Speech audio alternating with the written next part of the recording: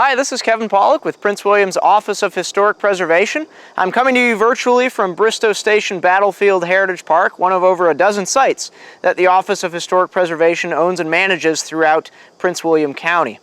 Here at Bristoe Station Battlefield Heritage Park, there's three main stories that we talk about during the course of the Civil War. One of those stories is the August 27, 1862 Battle of Kettle Run.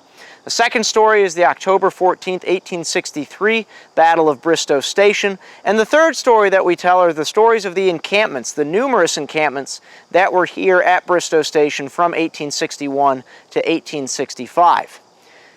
In this open space behind me is one of the remnants of one of those encampments. This was one of the earlier encampments that was here at Bristoe Station during the Civil War, and it was known as Camp Jones, a Confederate camp in the summer and early fall of 1861 in the aftermath of the Battle of First Manassas.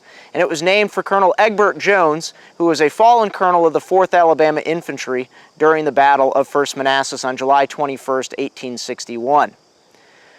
Battles are things that get a lot of the attention of historians and visitors, but it was really in a place like Camp Jones here around Bristoe Station where more soldiers died during the Civil War, where all sorts of different diseases ravaged through encampments of soldiers. Many of these men who had never been more than 15 miles away from home and never found themselves in a large crowded space like a place like Camp Jones, where there are thousands of soldiers put together now all at once. And so because of that, many of these soldiers did not have immunity to those diseases, and the diseases took out dozens of soldiers a day. Even though there were no battles going on here in Prince William County at that time, it was said that here at Bristoe Station you could still hear rifles being fired off every single day, but they were fired off over the graves of soldiers who were buried here.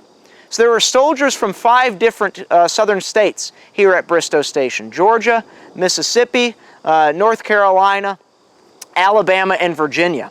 And of all those states, there's only one burial ground that we know exactly where it stood, or where it stands today from the time of Camp Jones in 1861, and that is the cemetery that you can see behind me here, 2 soldiers of the 10th Alabama Infantry.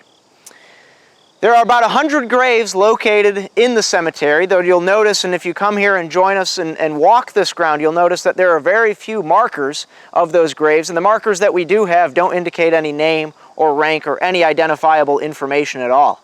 Instead, as you walk through the grounds of the Alabama Cemetery, most of what you will see are the individual grave shafts themselves, and that's the only thing marking the graves that are here. As far as we know, the bodies of those soldiers who died here in 1861 are still buried here. It's also interesting that in the course of Bristoe Station's history, especially its preservation history, and preserving of at least 140 acres that allows it to be a park today, this was the first ground that anybody actually tried to preserve. And that's because in 1905, a veteran of the 10th Alabama Infantry, James Coleman, was traveling through Virginia to sites he had been at while he was a soldier in the Civil War. And he came here to Bristoe Station to visit the graves of his comrades, but in particular to visit the grave of one of his brothers who was killed during the Battle of Drainesville in December 1861, and his body was taken back here to be buried.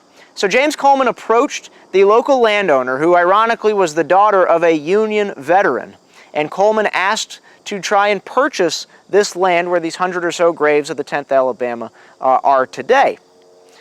The daughter of that Union veteran told Coleman that she would not sell him the land. However, she did promise that for as long as she owned the land, not a plow would cut through the cemetery itself. And so for that reason, trees began to grow up in the cemetery while everything else around it was plowed over and used as farmland all the way up until really the early 2000s, when this became preserved battlefield space and park space for you all to come and visit.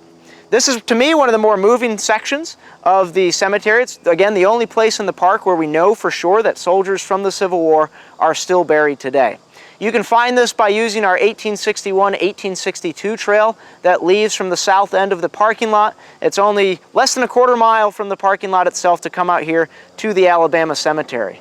Once here, you can read interpretive signs about Camp Jones itself and about these Civil War era cemeteries, and that will get you on your way to walking our over 3 miles of walking trails here at Bristoe Station Battlefield Heritage Park. Those are all self-guided walking trails, though if you happen to join us anytime May through October, on the 2nd and 4th weekends of those months, we will have guided tours, free guided tours that we offer each Saturday and Sunday at 11 a.m., 1 p.m., and 3 p.m. So if you've enjoyed this content, we hope that you'll come out and walk the trails with us at Bristoe Station Battlefield. And also hit that subscribe button, subscribe to us on YouTube, like this video, share it with your friends, like our other social media channels, our Instagram and Twitter and Facebook channels as well, and continue to follow us at pwcva.gov/history for more information about our historic sites and for an updated list of all of our events.